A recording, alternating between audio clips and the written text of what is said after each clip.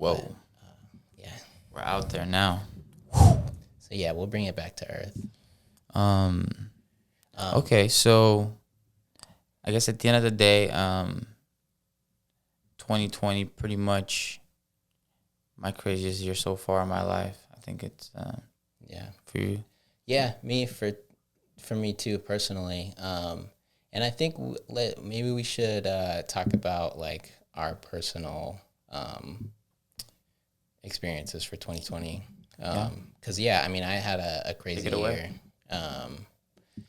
With I mean, I had was diagnosed with Crohn's disease in 2006 and celiac disease in 2001. So I have like digestive issues. I started the year like I think January 4th or 5th. I was in the hospital for digestive complications.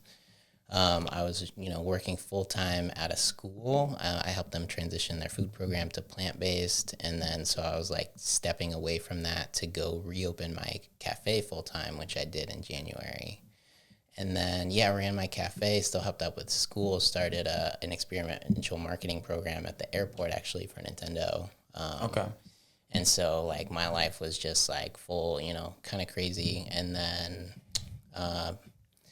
lockdown, shutdown happened, job got canceled. I stopped working at the school to, run my cafe. I ended up closing my cafe.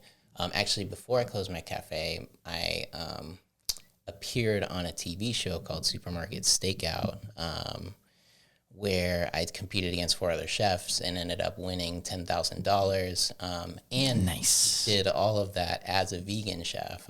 It was not a vegan competition, but so that aired. So my world started blowing up for that. Then I closed the cafe, and then I got involved with Plant-Based Food Share. It's basically a pop-up food bank that we do now 3 times a week. It started just once a week in Seattle and Federal Way. Basically just giving free healthy food boxes to people in need because, with the lockdown and everything, there's a lot of people who need healthy food and just don't have access to it. So that, became a big focus of mine. But I actually was very grateful and blessed to, like after I closed my cafe, I applied for unemployment. It took a while to get through, but I, got unemployment.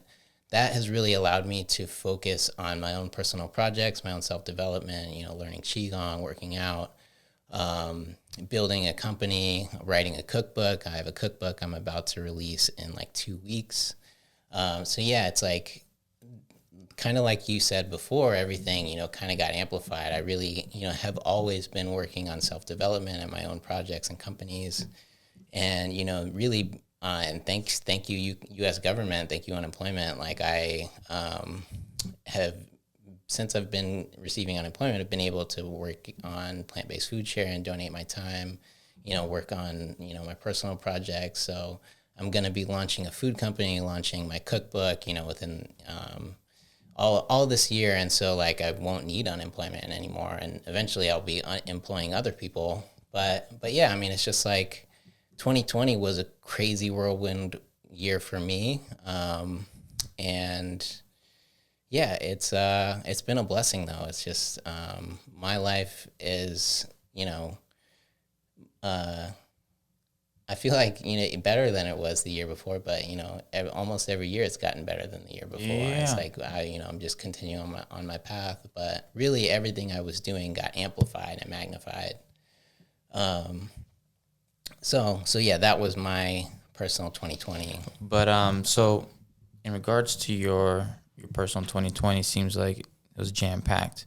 I was there for some of it, but in regards to every year being your like the best year, I've always said that because I believe in that.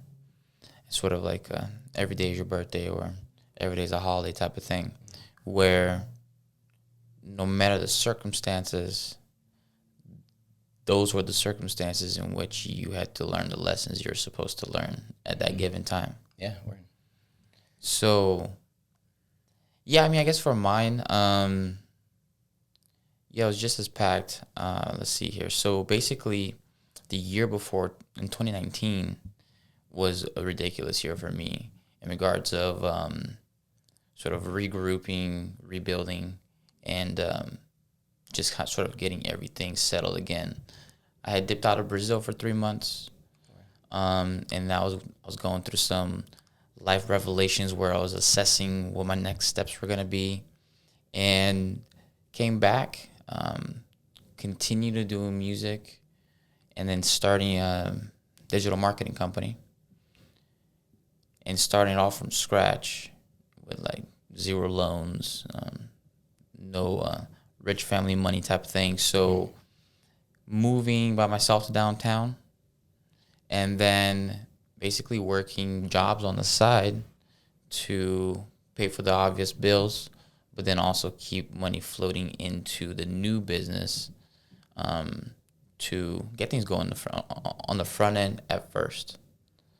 So I think it's safe to say by anybody who's tried to do and go into the whole how to make money online industry, you're pretty much going to get like swallowed inside out by just nonsense on nonsense on nonsense. I mean, some of the stuff is good stuff, but the amount of stuff you have to weed through in order to find, I don't want to say like real businesses, but I'm talking about people who just keep it real in a sense where they don't turn everything into a tagline. Yeah, we're in.